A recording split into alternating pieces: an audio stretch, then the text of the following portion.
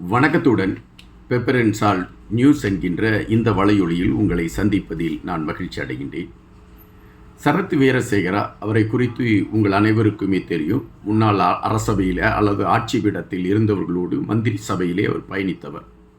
பல நேரங்களில் தமிழர்களுக்கு எதிரான கருத்துக்களை பதிவிட்டு தமிழர்கள் சார்ந்த விடயங்களை எல்லாம் கேலி கணைகளாக பார்க்கக்கூடிய ஒரு மனிதன்.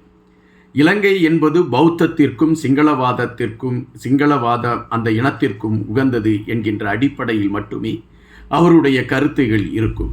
எந்த சூழலிலும் தமிழர்களுக்கான உரிமைகளை குறித்தோ தமிழர்களுக்கான செயல்பாடுகளுக்கு நாம் முன்னுரிமை கொடுக்க வேண்டும் என்கின்ற நிலைப்பாட்டிலோ அவர் எந்த சூழலும் எந்த கருத்துக்களையும் இதுவரை பதிவிட்டதில்லை. தொடர்ச்சியாக அவருடைய பதிவுகள் அதே கோணத்தில் தான் பயணித்து கொண்டு இருக்கின்றன. ஏன் நாம் சரத் வீரசேகராவை குறித்து இங்கு பேச வேண்டும் என்கின்ற பொழுது, சரத் வீரசேகரா அவர்கள் எடுத்து வைத்திருக்கக்கூடிய சில கருத்துக்கள், வைத்தியர் அர்ஜுனா அவர்களை மையப்படுத்தி சரத் வீரசேகரா அவர்கள் இன்று ஒரு நீண்ட ஒரு கருத்தை அவர் ஒரு கூட்டத்திலே குறிப்பிட்டிருக்கின்றார். அதாவது செய்தியாளர்கள் சந்திக்கின்ற பொழுது, செய்தியாளர்களிடம் அவர் பேசுகின்ற பொழுது இது சார்ந்த கருத்துக்களை அவர் எடுத்து வைத்திருக்கிறார். செய்தியாளர் கேட்கின்றார்கள், நாடாளுமன்றத்தில் வைத்தியர் அர்ஜுனா அவர்கள் ஒரு சந்தேகத்தை எழுப்பியிருக்கின்றார். அந்த சந்தேகம் என்னவென்றால், ஒரு இயக்கத்தின் தலைவர் 300 கொள்கலனில் அவர் சேமித்து வைத்திருந்த அந்த ஆயுதங்களை எல்லாம் இந்த அரசு எடுத்துக்கொண்டு உள்கொண்டு வந்திருக்கிறது என்கின்ற ஒரு விடயத்தை அவர் பதிவு செய்கிறார். ஆனால் இதற்கு என்ன உண்மையிலே அப்படி நடந்திருக்க கூடுமா என்கின்ற கேள்வியை சரத் வீரசேகரா அவர்களிடம் கேட்கின்றார்கள்.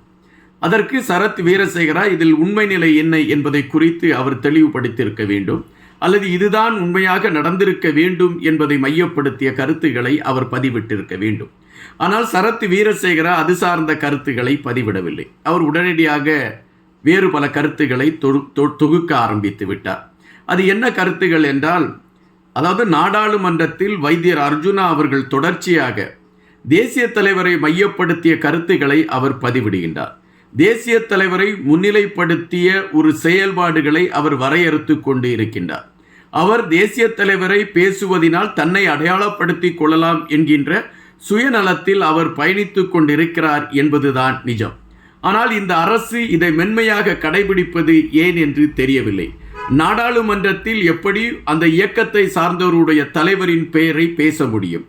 அதற்கு இந்த அரசு ஏன் இதுவரை மௌனம் சாதித்து கொண்டிருக்கின்றது? அந்த அரசு எதற்காக இதற்கு எந்தவிதமான எதிர்ப்பும் தெரிவிக்கவில்லை? வைத்தியர் அர்ஜுனா அவர்கள் வடக்கிற்கும் கிழக்கையும் ஒன்றிணைத்து தென்னிலங்கைக்கு எதிரான ஒரு களத்தை உருவாக்குவதற்கான முயற்சியை எடுத்துக்கொண்டிருக்கின்றார். அல்லது ஒரு இனவாதத்தை கட்டி அமைப்பதற்கான ஒரு களத்தை அவர் கையில் எடுத்துக்கொண்டு பயணிக்கிறார். இதை இந்த அரசாங்கம் புரிந்து கொள்ள வேண்டும். இந்த அரசாங்கம் அதை தெளிவுபடுத்த வேண்டியதாக இருக்கின்றது. வைத்தியர் அர்ஜுனா அவர்களுக்கு இந்த அரசாங்கம் ஏன் இவ்வளவு முன்னுரிமை கொடுத்து கொண்டிருக்கின்றது? அப்படி முன்னுரிமை கொடுத்ததால் தான் நாம் எந்த ஒரு இயக்கத்தை அழிக்க வேண்டும் என்று திட்டமிட்டு செயல்பட்டோமோ அந்த இயக்கத்தை சார்ந்தவர்களுக்கு அவர் புகழாரம் சூட்டி கொண்டிருக்கிறார் என்கின்ற கருத்துக்களை எல்லாம் அந்த கேள்விக்கு பதிலாக சரத் வீரசேகரா அவர்கள் குறிப்பிட்டிருந்தார். இந்த கருத்துக்களை வைத்து பார்க்கின்ற பொழுது, வைத்தியர் அர்ஜுனா அவர்கள் தேசிய தலைவரை மையப்படுத்திய அரசியல் களத்தில் தன்னை முதன்மைப்படுத்தி கொண்டு பயணிக்கிறார் என்கின்ற ஒரு விடயத்தை சரத் வீரசேகரா எடுத்து வைக்கிறார். சரத் வீரசேகரா எந்த சூழலிலும் தேசிய தலைவருக்கான ஒரு முதன்மையான இடத்தை கொடுப்பதில்லை. ஆனால் இன்று அவருக்கு தெரிகின்றது, தேசிய தலைவருடைய பெயரை சொன்னால்தான் தமிழ் மக்கள் யாரையும் அங்கீகரிக்க வேண்டும் என்றால் தேசிய தலைவரை முன்னிலைப்படுத்தி வந்தால்தான் அங்கீகரிப்பார்கள் என்கின்ற விடயத்தை இப்பொழுதுதான் சரத் வீரசேகரா புரிந்திருக்கிறார் என்பதை நாம் தெரிந்து கொள்ள வேண்டியதாக இருக்கின்றது. வைத்தியர் அர்ஜுனா அவர்கள் நாடாளுமன்றத்தில் சென்ற அந்த களத்திலிருந்து இன்று வரை அவர் தொடர்ச்சியாக யாருக்கும் அஞ்சவில்லை. அவர் மனதிற்குள் என்ன படுகின்றதோ அதை எடுத்து வைக்கின்றார். எங்களுடைய வழிகாட்டி, எங்களுடைய இறை, எங்களுடைய நிறை, எங்களுடைய தேசிய தலைவர், அவரை முன்னிலைப்படுத்தி தான் எங்களுடைய களம் அமையும் என்பதை அவர் தெளிவாக எடுத்து வைக்கிறார். இதில் அவர் எந்த இடத்திலும் பின்வாங்கவில்லை. அது நாடாளுமன்றமாக இருக்கட்டும், வெளியே இருக்கட்டும், நீங்கள் என்னை சுட்டு கொன்று விடுங்கள், ஆனால் என்னுடைய தேசிய தலைவருடைய வழியில்தான் நான் பயணிப்பேன் என்று ஆணித்தரமாக வைத்தியர் அர்ஜுனா அவர்கள் குறிப்பிடுகின்றார். ஆனால் இப்பொழுது அந்த கொள்கலன்களில் இயக்கத்தை சார்ந்த பொருட்கள் இருந்தது என்கின்ற விடயத்தை மையப்படுத்திய செய்தியை வெளியே கொண்டு வந்து விட்டார் வைத்தியர் அர்ஜுனா என்கின்ற காரணத்தினால் முன்பு அரசபையில் இருந்தவர்கள் நம்மெல்லாம் தானே, நாங்கள் அதற்கான வழிமுறைகளை செய்து வைத்திருக்கிறோம் என்கின்ற கொட்டுகள் அல்லது அந்த உண்மைகள் வெளியே தெரிவதற்கான ஒரு வாய்ப்பு அமைந்து விடுமோ என்கின்ற பதட்டத்தில் சரத் வீரசேகரா அவர்கள் புலம்ப ஆரம்பித்திருக்கிறாரோ என்கின்ற ஒரு எண்ணம் தான் வருகின்றது. சரத் வீரசேகரா தமிழர்களுக்கும் தமிழர்கள் ஒன்றிணைந்து பயணிக்க வேண்டும், அதுவும் சிங்களர்களோடு கைகோர்த்து பயணிக்க வேண்டும் என்கின்ற விடயங்களிலெல்லாம் முதன்மை காட்டுவாரா என்றால் இதுவரை இல்லை, இன்று வரை இல்லை. அப்படிப்பட்டவர் இப்பொழுது ஓநாய் ஆடு அழுகிறது, ஆடு நனைகிறது என்று ஓநாய் அழுவது போல இன்று அவர் அழுது கொண்டிருக்கக்கூடிய விடயங்கள் ஒரு வியப்பான செய்தியாகத்தான் இருக்கிறது என்பதை நாம் இங்கு பதிவு செய்ய வேண்டியதாக இருக்கின்றது.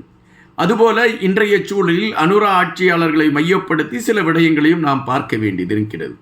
தற்பொழுது இந்த உள்ளூராட்சி தேர்தலில் யார் நகர சபைகளை கைப்பற்றுவது என்பதில் பல போட்டிகள் நடைபெற்று கொண்டிருக்கின்றன. தேசிய கட்சிகளை இந்த மண்ணில் வந்துவிடக்கூடாது என்பதில் நீங்கள் தெளிவாக இருங்கள்.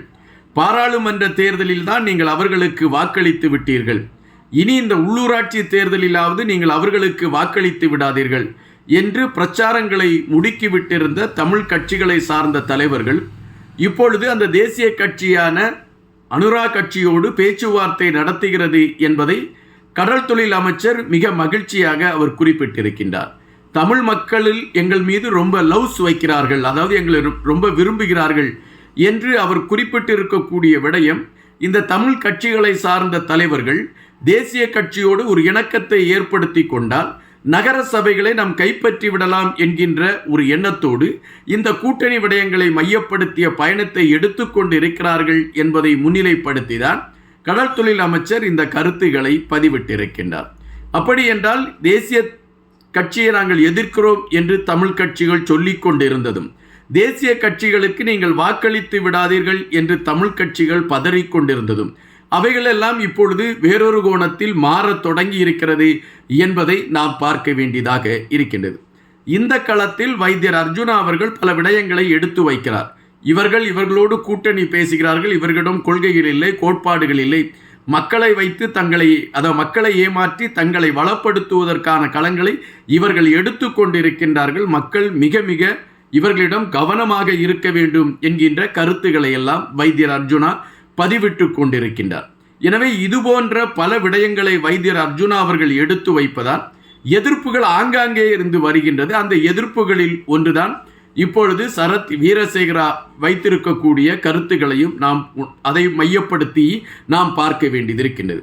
ஆனால் தற்பொழுது உள்ள சூழலில் வடக்கு கிழக்கு பகுதி நகரசபையில் யார் ஆட்சியை பிடிப்பது என்கின்ற விடயத்தில் கூட்டணி செய்யக்கூடிய விடயங்களில் நடந்து கொண்டிருக்கக்கூடிய அந்த கோமாளி கூத்துகள் உண்மையிலே வியப்பை தருவதாகத்தான் இருக்கிறது.